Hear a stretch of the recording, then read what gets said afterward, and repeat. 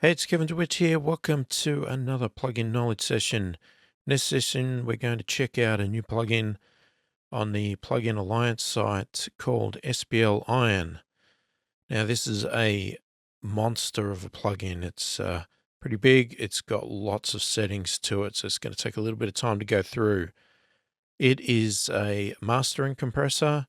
It is based on SPL's Iron hardware solution that they have that is supposedly used by a lot of big mastering engineers and a lot of fancy mastering houses. So they all love using the hardware-based one. So now they have a plug-in version of it, which they claim is very close to the hardware itself. And it's very detailed, definitely. And it's got actually a lot more features than the hardware. So interesting to see how it operates. Obviously, I haven't used the hardware itself because I'm sure the unit itself is extremely expensive and I don't have that sort of equipment. So I will not be comparing it to the hardware. I'll just be basing it on its own merits as a plugin and whether it's useful or not.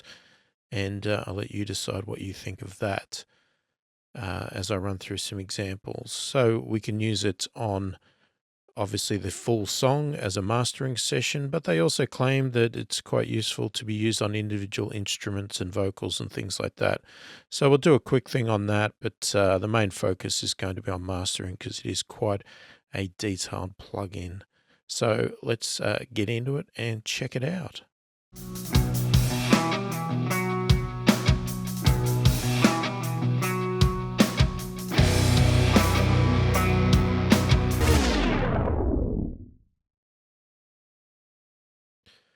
All right, so here we go. Here is the plugin itself. Obviously, I've got it open in Cubase here, and I've just got it placed onto a track with a full song at the moment. And we'll just quickly run through some of the features, and we'll go through most of them and try them out as we go. We've got our basic controls up the top here. We can obviously do some A, B, C, D comparisons, copy, paste, reset. We can solo the mid, solo the side, and we can hide this bottom bar or show it here, which is some advanced stuff that's not included in the hardware. And we can even change the color. So we've got an all black here. We can go for a black, which then lights up with a few bits of silver and lit up controls there. And we have a red version if you want to brighten things up a little bit. You can obviously change the color here on different tracks so you can keep track of what you're looking at. So I'm just going to go back to black just to be a little bit more subtle at the moment. So as you can see, we've got lots and lots of dials on here. Now, as a general rule of thumb in the state it is right now, where we've got this 1 and 2 written here, we are just in stereo mode, left and right, and you can see we've got parameters linked here.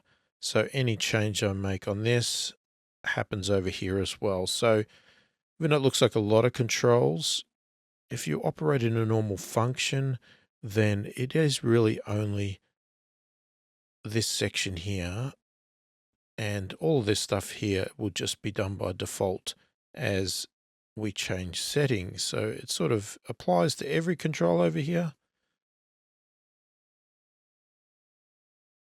Now we can obviously use this button here to unlink and create different settings on each side.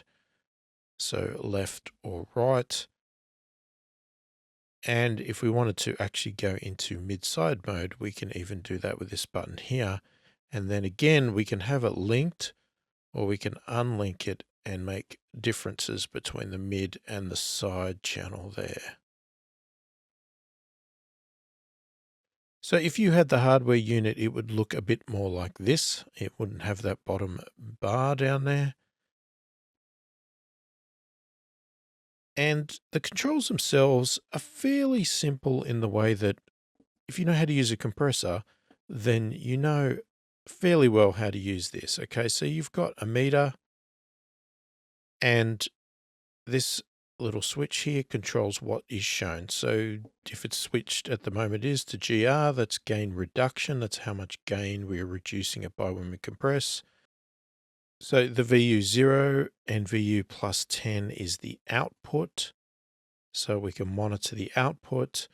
At 0 VU, it's minus 18 dBFS, and at plus 10, it is minus 8 dBFS. So generally when I'm using a compressor, most of the time I've just got it set on gain reduction, and that's where I leave it. So we've got our standard compressor settings. We've got an attack, we've got a release, we've got a threshold. Now we don't have a ratio setting, but what we can do is push the input up if we like, and you'll see this is actually stepped in 2 dB increments. Sort of tailored more towards mastering, because mastering, they like to be very precise, little moves, and locked in. Now you've got this little switch down here. When it's set to 0, it means it's doing nothing. So it doesn't matter what I set here. This is doing nothing at 0. We can then switch it over to minus, which means that we're reducing our input by this value. So if I've got it here, it's reducing by 4 dB.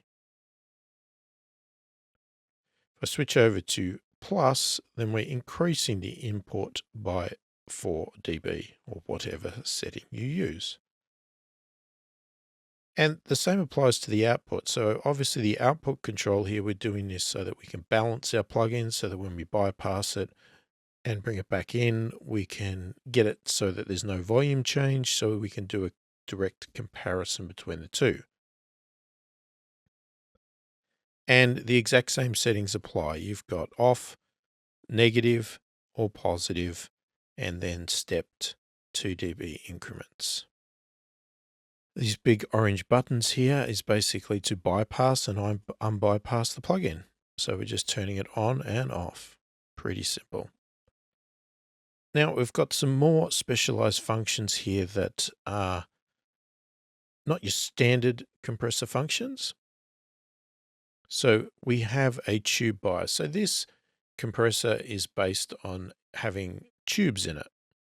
And you can flick the switch here to bias the tubes to an appropriate setting. Okay, so what the tube bias does is, in the hardware version, obviously we're emulating hardware here, so the descriptions of a lot of this is based on hardware. Obviously in a plugin world, the descriptions is an emulation, it's not true fact, because the tube bias here is adjusting the voltage that's presented to the tubes. Now, obviously in a plugin, we're not doing anything with voltage, we're just simulating it. So we've got a low, mid, or high amount of voltage, and the higher the voltage, the less signal gets through the tube, which means the compressor is stronger. So at low, it means the tubes are working a little less, and then mid, obviously a bit more, and then high, working a lot more. Now we have a sidechain mode here, which it's a bit hard to explain, and it's something you really need to look in the manual on. So if you're not quite sure of a sidechain, what it does in a compressor, in this case here, it basically sets sort of a filter or an EQ path where it tells the compressor to ignore certain frequencies. So it doesn't actually change the sound of the signal. So for instance, if you had a sidechain here that filtered out the low end, say below 100 Hertz, it doesn't actually filter below 100 Hertz, the audio that you're hearing. All it does is tells the compressor to ignore things below 100 Hertz. So if you've got a kick drum that's overpowering, but you don't want the compressor to respond to it, then you set up a sidechain for a filter to remove the kick from the detection circuit of the compressor, so it doesn't compress when the kick hits. Now, in the case of this one here, you can set it to external if you want to trigger off an external sidechain, like an external kick or something like that. But you've also got 4 EQ modes, and they have different sort of parameters to them. And there's a little graph in the manual that sort of highlights the shape of those graphs, and they're not something that's easily explained in words as such. So the best I can do is just sort of flick through them and have you listen as we go, see if we can hear a difference. But you really need to pull up the manual and have a bit of a look at the pictures to fully understand what they're doing, because some of them are fairly weird curves there. Now, the other thing this hardware or plugins got is we've got these different types of rectifiers. So they're all different settings in the hardware. They're all different little cards, and they sort of simulate different styles of rectifiers and compressors. So you're almost getting, 6 different compressors in them. So you've got, 2 germaniums, an LED, silicon, another GE, SI. Okay, so they're not fully explained what they sort of are. I guess some people may actually know each one of these, but we'll play with them to see what we can get out of it. And they change different values as well. So depending on what setting you have, it impacts the release and the attack. And that's why they don't have actual times on these, because the description fast and slow works, but it's in comparison to the other settings, and what rectifier you've chosen will sort of determine what, again, the times are. So again, in the manual, they have a whole table which lists all the positions of the rectifier and the time that then represents on the attack and release. So if you want to know the exact definitions based on having it on this rectifier, you can look in the manual and see, okay, for instance, if I go to this one here, Germanium 1MF, in the manual, setting 1 is a attack of 0.1 millisecond or 0 to 1 millisecond. And the release on 1 would be 100 milliseconds. Whereas on setting 6, slow, we're talking 50 milliseconds and 250. If I was then to go to, say, the LED one, this would then change the slow all the way down to 5,000 milliseconds for the release, and 220 milliseconds for the attack. So you can see that is a lot slower just by changing the rectifier. It also adjusts these settings here. So our threshold works in the same way that it normally does on a compressor. And again, same with our attack and release, except for the fact that it changes values based on all of this. All right, so in the middle section here, we have this little setting, and at the moment it is bypassed. What we have is it's sort of, they're referring it to sort of as passive filters, that sort of thing. So we've got 3 options. We've got bypass, does nothing. If we go up to air bass, it basically is supposed to make the music sound rounder and more well balanced, with powerful lows and brilliant silky highs. So again, in the manual, they include a graph. And if we were to show that, what it does is it does a boost at the low end and it does a boost on the top end. And if we're in bypass, it naturally has a little bit of a roll off on the top end, very, very high, getting above 20K. But if we go down to this tape roll off, what we have here is it rolls off a little bit of the low end, very, very low end. And it also rolls off the top end. So it dulls it down a bit, gets down to about 10K. So we start to get that vintage tape sound by dulling the sound down a little bit. And we have this little unusual feature here, which could be a gimmick or it could be quite useful for you. It depends how you like to operate. But what generally happens is when you set up a plugin, what I like to do is I like to bypass the plugin, listen to it, bring it in, listen to it, keep doing that for a little bit just to hear the impact. Make sure that what I'm doing is what I want it to do, that it sounds good, it's not sounding wrong or anything like that. But what they also claim is that you're always looking at it. So you know when you're doing it, you're not truly listening. You're not listening with your ears. You're looking at it with your eyes, etc. But what you can actually do is that you can set this function up to an interval, and it will automatically bypass and unbypass the plugin at a certain interval itself without you having to do anything. So you can sit back, you can move to another part of the room, whatever you want to do, and just listen as it brings the plugin in and out and make your own decisions on that. All right, so I'm going to hide that bottom panel for the moment. What we're going to do is, because I've done way too much talking already, so let's just have a bit of a play with this and get a feel for this top section, and then we'll just come back and have a talk about the bottom section. So if we turn it off, here's a song.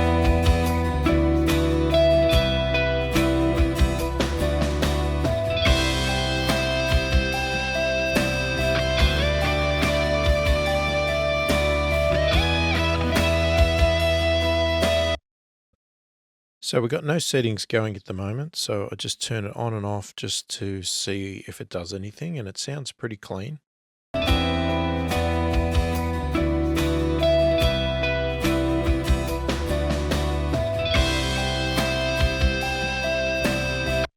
So I've tried to find a song that's a little bit dynamic in its instrumentation. So obviously it sounds clean when we do nothing at all.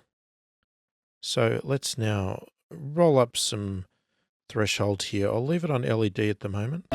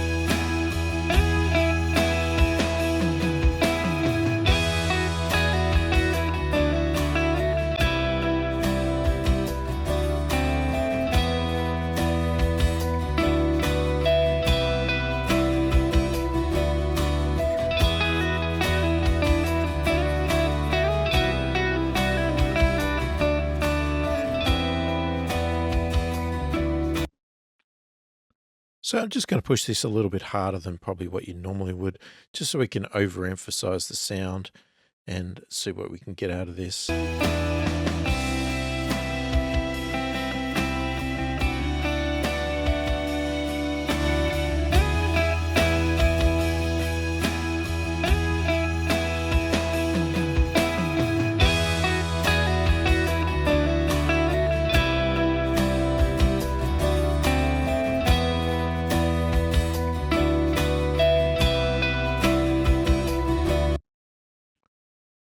All right, so let's switch through some of the different settings without changing the various things here. So I've just set a fairly fast release and a medium attack. nothing over the top. But you can see it's not moving a massive amount. It's moving up and down a little bit, but nothing severe. But that could also be because we're on LED mode. But we'll start with the tube bias and just see what impact that has on the settings as is. So I'll leave the attack, release, and threshold alone now, and the input output. And we'll just play with these different settings here to see what changes we hear.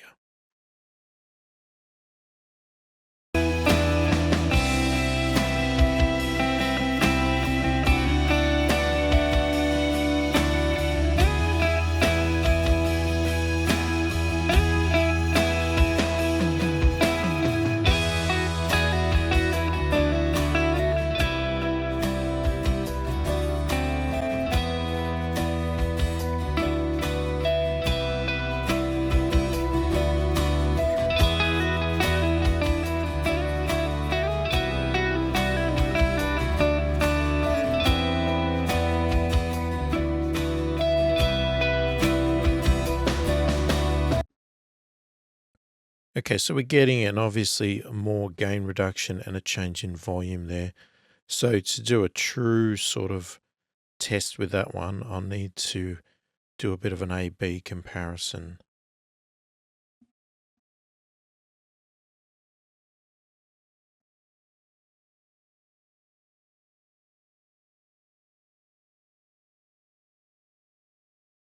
So I'll just set my volume levels on the 3 and we'll switch between them.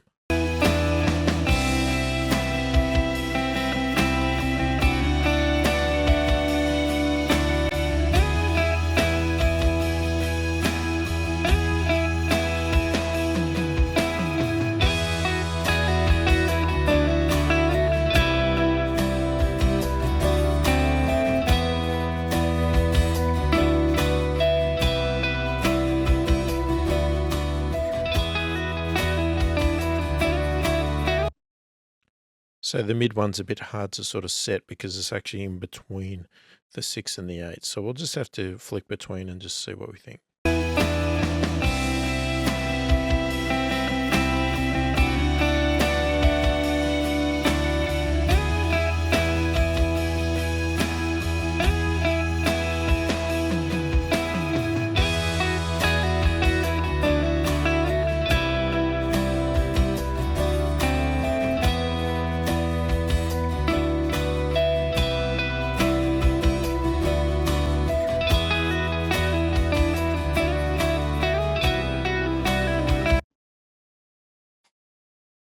All right, so let's now flick through the sidechain EQs.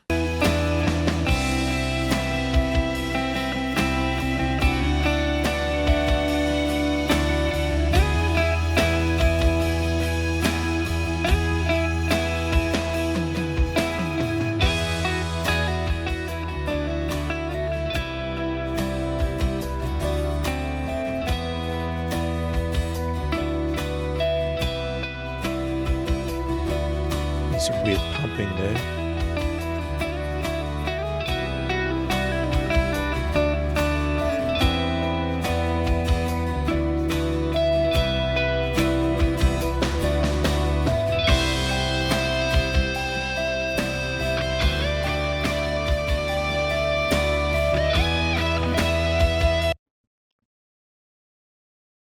All right, so let's flick through the various rectifiers.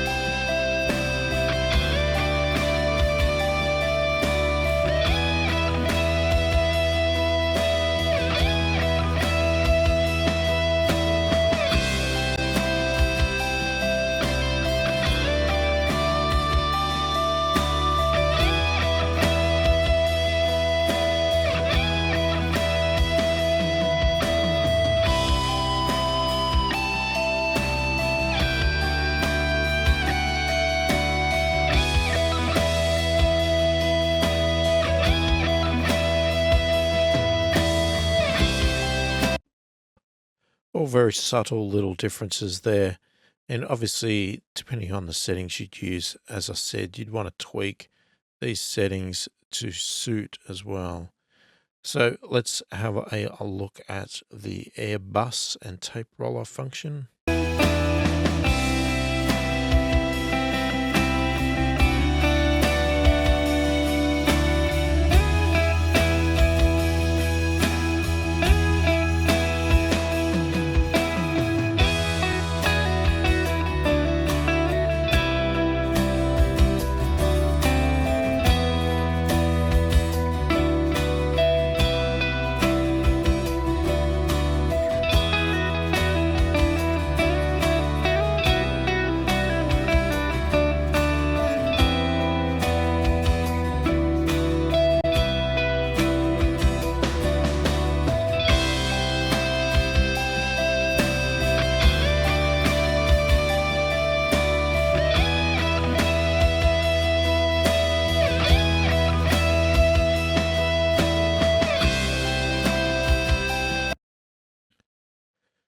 So there you go. There's an apparent difference between all of those. As you can hear, the dulls down a little bit, and that really does bring up the bass and the shimmer up top. It's not as massive as I thought it was going to be, as it's sort of portrayed. I guess it is really done at a mastering level here, where everything is very subtle, even though it's talked about like it's big differences. It's not that massive a difference. Now, obviously, the difference is going to be bigger depending on the type of song you're working on, or whether you're working on instrumentation. So let's check out this bottom section now. Okay, so we've got this section down here. It's called TMT, which by the manual, it's not TNT, a song by AC/DC. This is TMT, stands for Tolerance Modeling Technology, which is a Brainworks patent pending term, and it's all about trying to create real-world tolerances of, say, analog audio equipment, trying to represent them into the digital world here. So you'll see here we've got this left and right. And what this is trying to indicate is that it's like a channel of a piece of hardware. So if you had like a mixing board and it had 32 inputs, even though each one of those technically on paper should be the same, in the real world, being they're all analog components and things like that, they're not all identical. And each one of them may sound just slightly different from the other. And some people will prefer certain instruments on certain channels. So that's what they've sort of tried to emulate here, in that they've got a whole bunch of channels that they're simulating, that they sound different and have slightly different analog characteristics to them. So when we have the stereo mode in this letter here, it says A. This is standing for analog. And what that's indicating is that each one of these is using a different channel, which means it's trying to emulate analog, in that each side, in theory, should have slightly different sound qualities, different analog componentry sound to it. Now, if we flick this and go to D, which stands for digital, what it's doing is it's making them both sound as if they're on the same identical channel. So it's more resembling a digital environment as opposed to an analog environment. So obviously, if you want to get to real world simulations, you're going to want to leave it in analog mode. And then what you can do is you can actually flick between all these different channels, and each one of them in theory is going to sound slightly different. And there's up to 20 channels. And if you're not fussed about what channels you actually use, because you haven't really listened to each one and picked out, oh, I prefer this one or whatever else, then you can actually just click on this random button and it will just randomly pick channels for you. So in theory, what you do is, if you use this across instrumentation or anything like this, and you've got multiple units of this in a mix, then you randomize them so that each track is using a different set of channels, so that we are resembling something that's using 20 different units. in the analog world. Now, how noticeable is the difference? Let me play it and we'll see if we can hear it.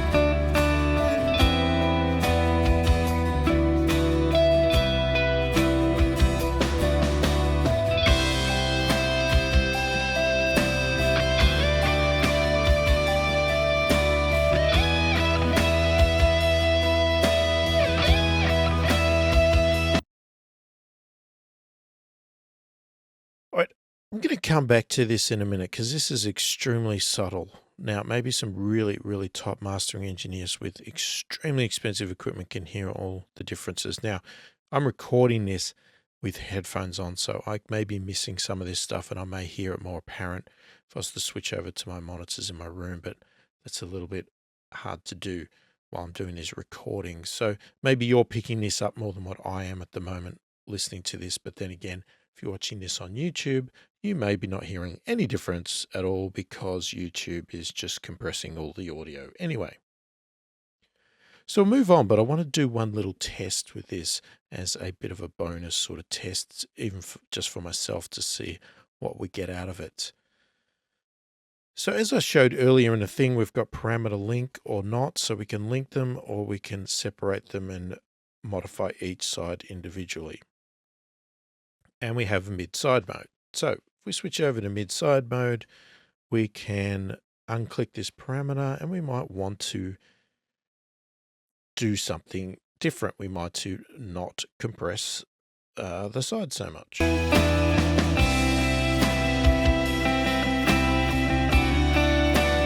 want to boost the sides.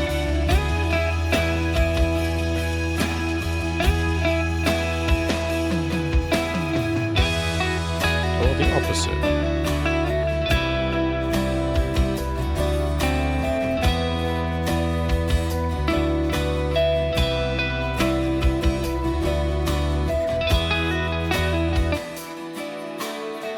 So we can solo the sides there, or the mids.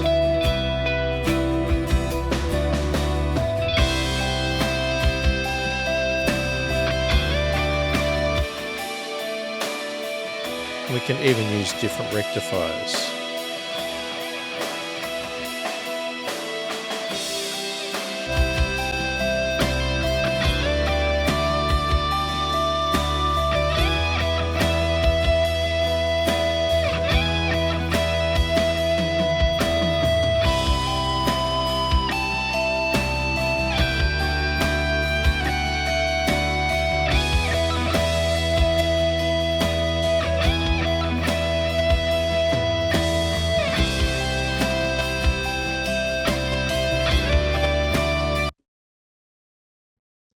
Now we also have some other features here. We have a headroom setting here, which is going to determine how much headroom we have in the hardware itself.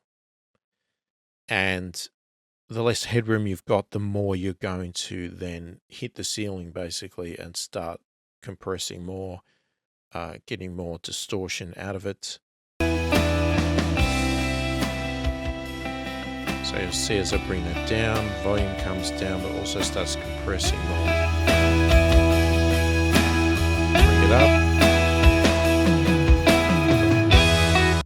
Lots more headroom, less compression happening there.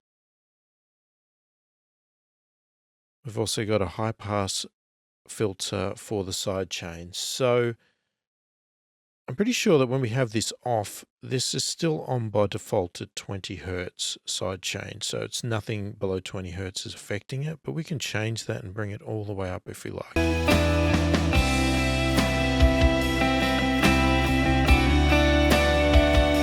So you see how compressor's gone down. stop responding to anything below 666 Hertz. We've also got a mono maker setting here. So again, what we can do is we can use this control here to sort of bring the bass components into the center and make them more mono, which is a common sort of feature that you can do in mastering, to just get the bass out of the sides and bring them more into the middle.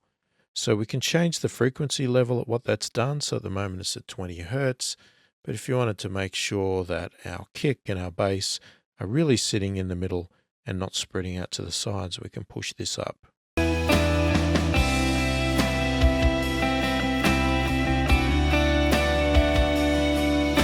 can go extreme and make things really mono.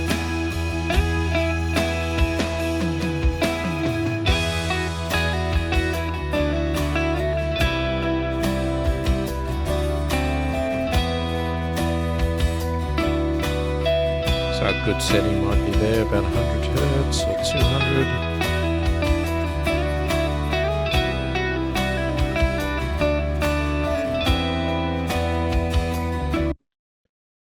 Now we've also got a stereo width control here, so this is across the entire thing. We can adjust the width.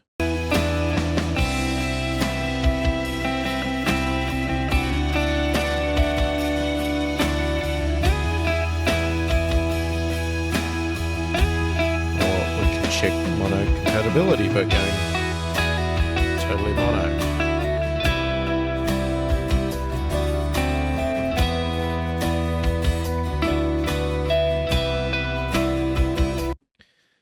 And we can even do a parallel mix. So this is basically parallel compression. So if we wanted to compress it quite heavily, we could then blend a portion in instead of the entire signal. So that would be bypassed basically.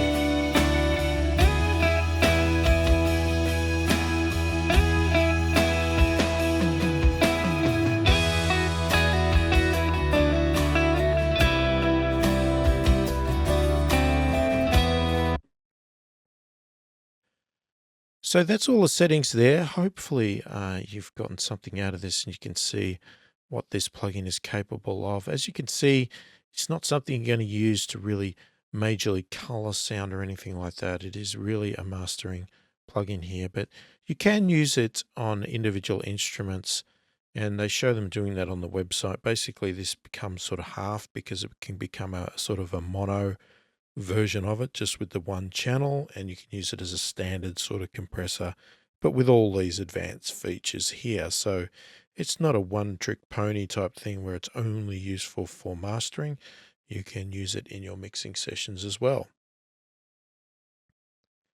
Now, what I did want to do is, just as an example of this TMT, I wanted to see what it did. So I've just duplicated the track here. And what I'm going to do is I'm just going to turn these plugins off. Now I've got both songs identical. So I'm going to flip the phase on one of the tracks. Now I've got the plugins bypassed. So right now you'll see the meters are working. If I take that away, you can hear it. Bring it in, you don't. Take it away, you don't. Okay, so these two tracks are 100% identical. And when I flip one out of phase, they basically cancel out each other. So what is going to help with that is that now I'm going to bring in both of these plugins, which are set up identically because I just copied them. So now with them set identically, in theory, they should still cancel out.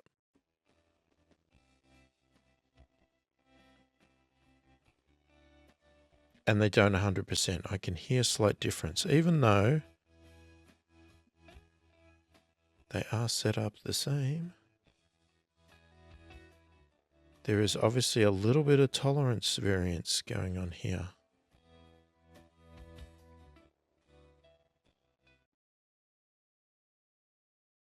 So if I set those to digital, there's still a little bit leak coming through. So the plugins themselves have got some variances going on there, but let's go back to analog. I want to see how much different they get between each track. Okay, so any audio you're hearing right now is what is the difference between these two plugins.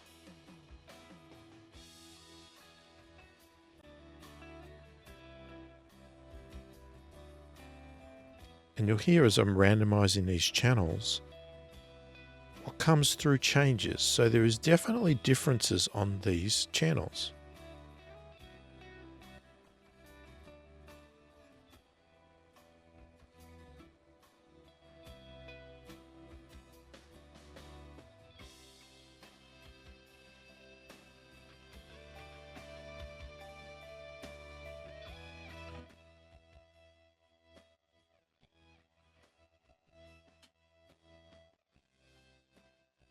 Now, even if we were to set to digital,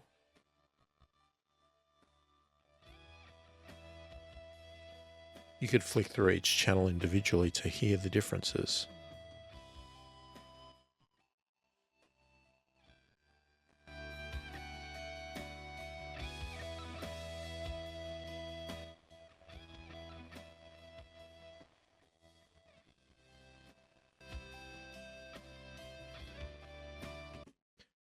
So anyway, that's a pretty useless sort of test, but I just wanted to prove a point here to myself anyway, and just see that there is actually a difference between all of these channels. I mean, why would they say there is if there isn't?